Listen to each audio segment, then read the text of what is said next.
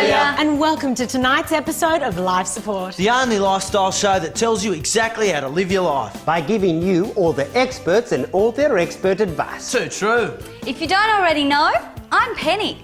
And tonight, I'll be showing you all a stimulating way to beat the man's revenue-raising breath tester. How's it? Your media medico Dr. Rudy here. And this week, I'll be showing all you men a way to make sure your woman backs the car out of the driveway properly. I'll be keeping my eye out for that one. G'day, I'm Todd, Life Support's resident handyman. And tonight, I'll be showing all you blokes a beaut way to beat brewing barroom brawls. My name's Sigourney, and coming up, I'll be showing all you modern women a fabulous way to help your fatty friends lose weight. Well, it sounds like we've got a wonderful show for you tonight. Oh yeah, it's a real ripper. So instead of just talking about it, why don't we show them it?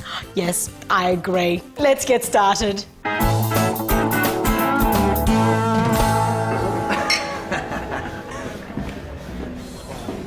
Yeah, g'day.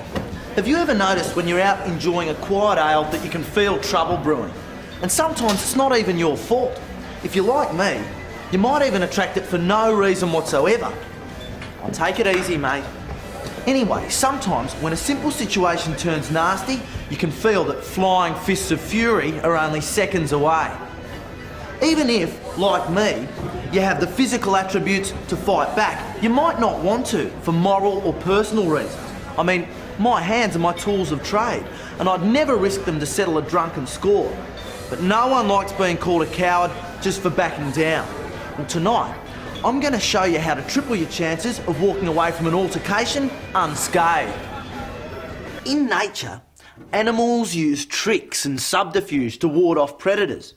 See how this little guy has fake eyes on his wings, so his predators are fooled into attacking him in the wrong place? I've used this same principle of nature to build a barroom brawl vest. Let's see how it works. Simply pull on these tabs like this, and kapow! Your enemy will be confused and not know what to hit. And that's all there is to it. Everyone is happy. He got to let off some steam, and I keep my looks and my pride. So, if barroom brawls are brewing, take a tip from Todd and walk away with your heads held high.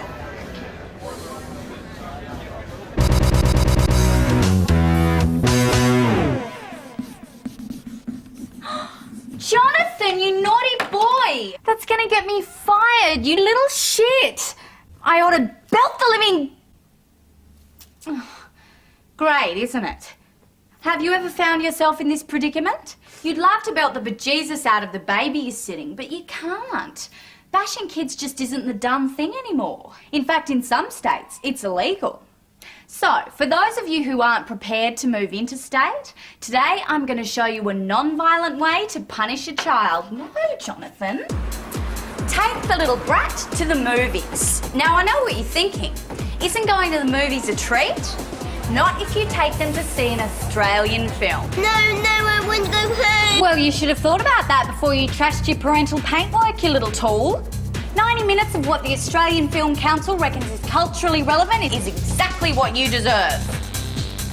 2 tickets to an Australian film, thanks. Are you sure? Oh, yeah. Come on. And that's all there is to it. Sure, you can argue that punishing a child with Australian film is excessively cruel. Truth. But if the state government won't let you bash some sense into them the old-fashioned way, what can you do? It is tough love, but you've learnt your lesson, haven't you? So next time you want to punish a child, don't physically abuse them. It's against the law. Take them to see an Australian film, because mental abuse is still perfectly legal. See ya.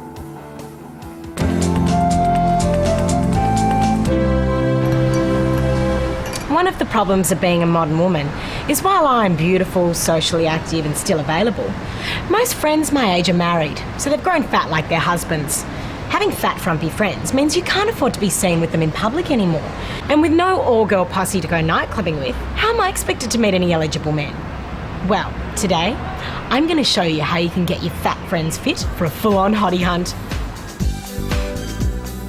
Nothing inspires a crash diet more than a wedding. So all you have to do is tell your fat friends you're getting married to a Middle Eastern prince you met on the internet and you want them to be your bridesmaids. Pick out some gorgeous dresses, making sure they only go up to size 12. Then tell them the wedding must take place next month and has to be low-key for tax reasons. Whether by Atkins or bulimia, you can bet your bottom dollar that the bridesmaids will do whatever it takes to shed those kilos and look fabulous for your wedding. And don't they look gorgeous? But oh dear, it seems that my prince hasn't come. I can't believe he's done this to me. And that's all there is to it. With your formerly fat friends now looking fabulous and a jilted bride the centre of attention, it's the perfect situation for a night out on the town. Okay, hate men, but I'm willing to give them one more try. Let's go to Shooters. And because the bridesmaids are hitched, there'll be no competition when we run into a couple of cuties at the cocktail bar.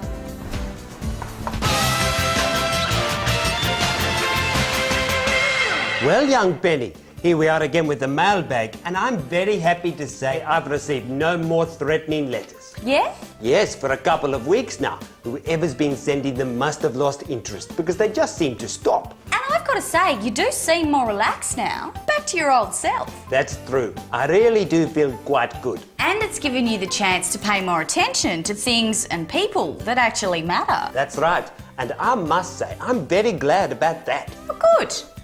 Well, then I'm glad I went to the trouble of fishing these out of the mailbag every day for the last 2 weeks. Oh, my word, Benny, I really can't believe it. What did they go on to say? Oh, nothing new. You know, Rudy, I know the truth. You can't hide in television. I'll be in contact. Oh, this really is too much. Why do you keep them from me, Benny? This means nothing has changed. Oh, not true. You've changed. Over the last couple of episodes, you've relaxed, become more at peace with the world. Sigourney and I have both noticed it. Look, dude, you've just got to learn to turn a blind eye to this sort of thing. Really? Yeah. The best way to deal with a difficult situation is to pretend it isn't happening. When you didn't know the letters were still coming in, you were a whole lot happier. You might be right, Benny. I think you'll find I am. Apart from that, this chick isn't serious.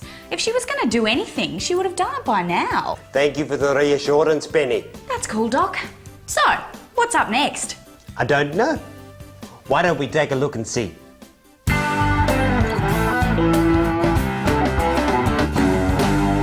Oh, g'day. The tie is one of the most underrated and underutilised items of men's clothing. The right tie can attract all the female attention in the room your way.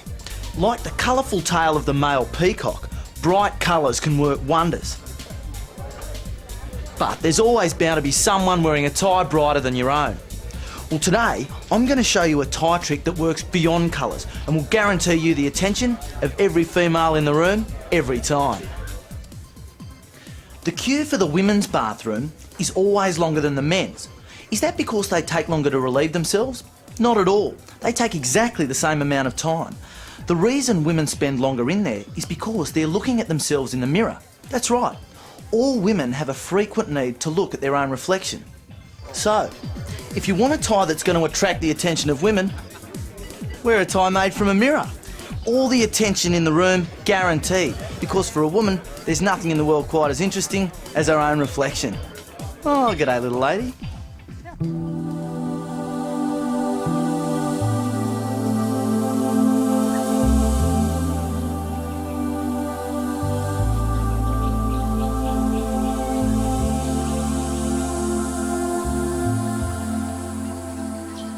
Falling in love is like dancing together. Sure, he may step on your toes, but at least you're not Wendy Wallflower.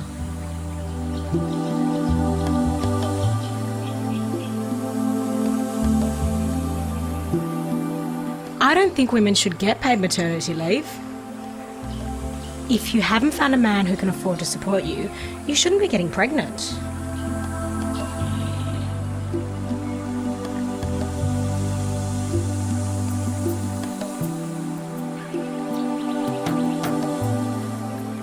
When I was a little girl, my mother used to say to me, the boys that throw sand at you in the sandpit and hit you really love you. The older I get, I realise this is true for men too.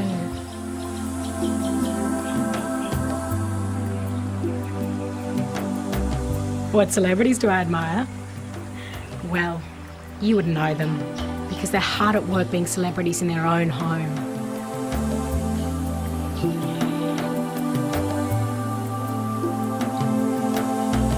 No, I could never get into politics. There's no place for mascara and menstrual cycles in a man's world. Natasha taught us that. Do I practice what I preach? Well, I guess I'm kind of like the Dalai Lama. I need to be vocal about the need for silence. But I'd never get people to wear those awful bindis or shave their heads.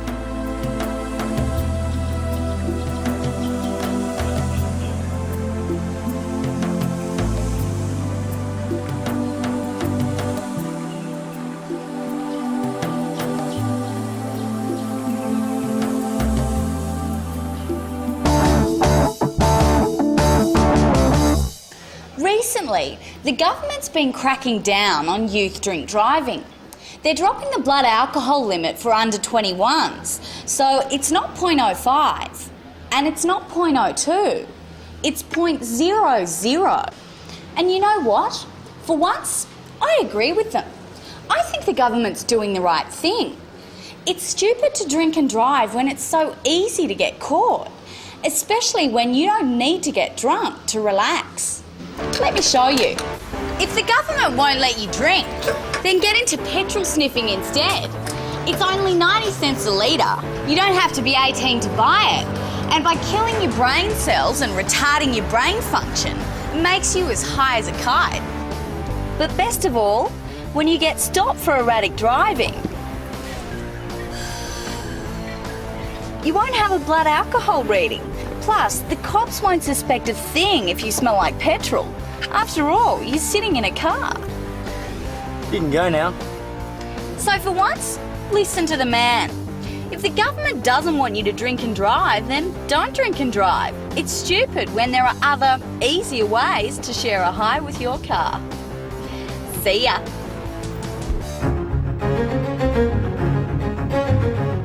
How's it? Dr. Rudy here, and I must say these are sad times we're living. It's got to the stage where an honest, red-blooded man can't tell a woman what he thinks of her bottom and what he'd like to do to it without being physically assaulted by the woman and sacked from his job. So much for freedom of speech. Women are always saying they want men to express their feelings, but when you do, you end up with one of these.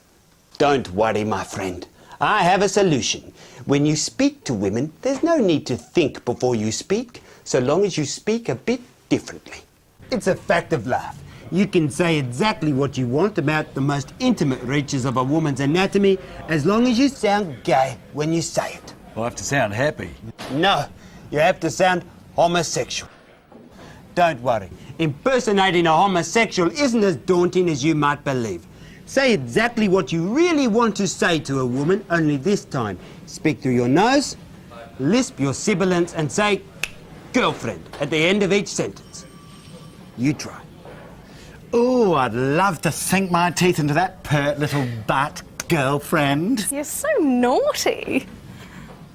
Oh, look at the swing in that step. I can tell you like taking it both ways, girlfriend. Excellent. It really is as easy as that. Now women will love listening to you talk dirty because they think you don't really mean it. And no one expects homosexuals to be politically correct. If they were, they wouldn't enjoy sodomy. So just remember, when you speak through your nose, you can speak from the heart. Bye now. They have a tendency to make women feel very comfortable.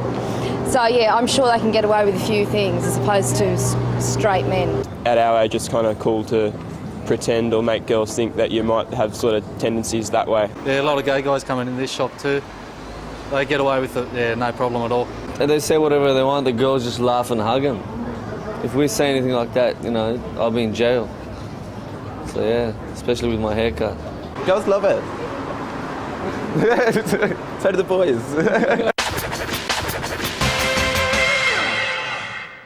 You know, here at Life Support, we get a lot of letters from viewers keen to know the quickest and easiest way to get their development proposals through local council. Like this one from Asif from Victoria, who wants to know how his community can fast-track their application to build a mosque in their neighbourhood. He writes, "Every time we submit the plans to council, we're rejected. What can we do?" Well, Asif, I've asked Sigourney to help us on this one. She's comfortable with cultural references. That's right, Todd. The thing with a mosque is not that your community doesn't want to encourage Muslims to move into the area by allowing you a place of worship. It's just that the architecture of your sacred building clashes with our preferred Australian architecture. So, Asif, if you want to get the plans for your mosque approved, all you have to do is make some minor alterations to its design. That's right. Now, I've hipped up this artist's impression of a typical mosque design. So the first thing you need to do to modify your mosque is remove the minarets and replace them with these chimneys. Oh, very nice, Todd. Yeah, and it'll look even nicer with these handrail and freeze rail features.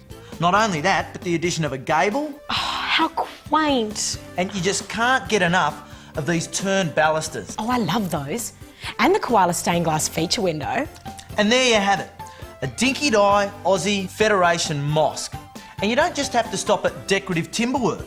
Red Marseille patterned terracotta tiles look great on a domed roof. I think it looks wonderful. It fits right in. So, Asif, if you want to get your mosque approved, all you have to do is adapt it to this Aussie design. Because, let's face it, sometimes we all have to adapt to fit in. Not too true.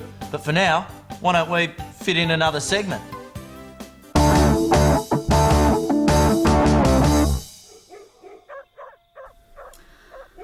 Shut up! Shut up! Shut up! I can't stand it when the next door's dog barks at night. All it takes is one dog to start up and a chain reaction kicks in. Suddenly there's bulk barking all over at the top of their lungs all night. And the pisser is, you can't complain to the owners because there's too many of them.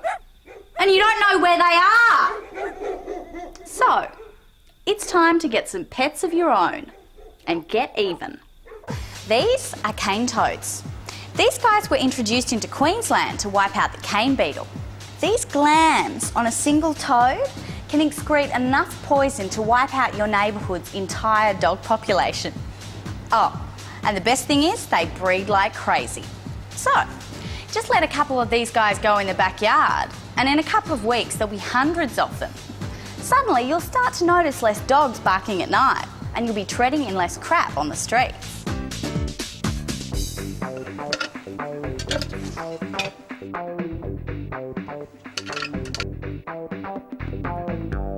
The best part about it is, no one can pin the drop in the pooch population on you when all you've done is set free a couple of poor toads. See ya. See ya.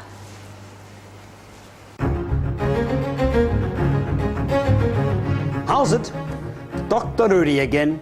You know, at times I'm inclined to believe that women have supernatural powers. One of the most amazing is the ability of a woman to spot a blonde hair on your coat from the other side of the room. It belongs to a golden retriever. It's as if women have an enhanced radar for hair colour that's not their own when it's on something that belongs to them. Like you. Today I'm going to show you how to put this information to great use. Why is it that women have so much trouble backing out of the driveway? Whilst we men cannot begin to understand it, still we must deal with it. It seems like she can't even see the fence. So why not use the information we have just learned to make the fence more visible to your woman? By marking out the driveway with blonde hair, you'll be using a woman's naturally enhanced radar detector to help her navigate her way out of the driveway. There, let's see if it works.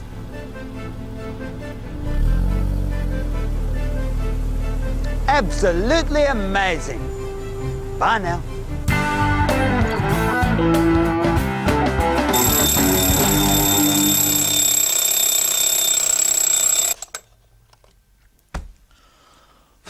Oh yeah, g'day.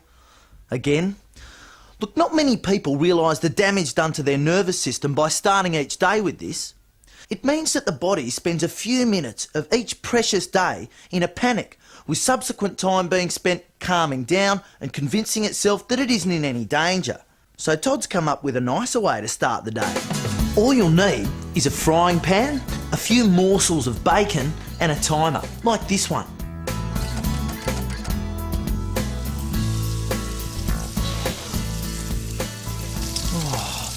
Oh yeah. And that's all there is to it. The smell of the bacon sizzling in the pan will easily be enough to tempt you from your pillow, and your body will no longer need to spend time in the morning recovering and returning to its regular adrenaline levels. Todd's top way to start your day.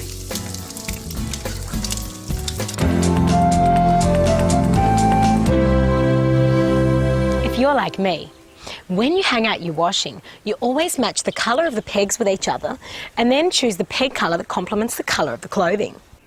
But doesn't it take forever to decide on a perfect match for these difficult patterns and florals? Well, don't worry, there is a quick and easy answer. Simply paint some wooden pegs with a base coat that matches the background colour of the fabric. Next, dot on the main colour that matches the fabric pattern.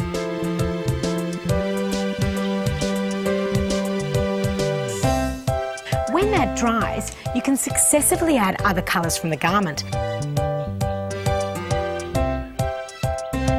until you have a pair of perfectly matching clothes pegs.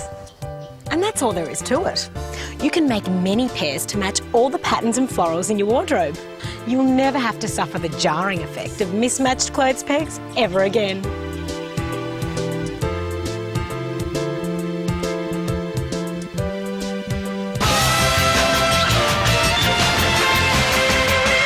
Well, strap me to a polygraph if you like, but I tell you what, here we are at the end of another episode. As good a reason as any to take the night off cooking. Oh, what? No tucker? That's right. Sigourney's been working very hard lately, and I think she deserves the night off. Well, you should have told me, or I would have whipped something up for us. Yeah, bummer. Usually the only reason I hang around till the end of the show is for the food. Don't worry, Penny. I've taken the liberty of ordering some takeaway Thai. Excellent idea, Sigourney. Tops. Oh, and here it is now. Now, you beaut Aussie battlers out there, make sure you join us next week for a very special episode of your favourite lifestyle show. I'll just get my purse. I'll pick this one up, Sigourney. It will be my pleasure. Why, thank you, kind sir. Yeah, thanks. That's right. Next week's show is a special one, packed with extraordinary advice and out-of-the-ordinary entertainment. And that's why you just wouldn't want to miss it. Good night, Australia. Yes, thank you very much. You may go now. What were you saying, Sigourney? Thank you, Dr. Rudy. Now remember, next week we'll all be here for you. Well, you Australians in the meantime, take better care of one another. Good night, Australia. Now, something light for you, Sigourney?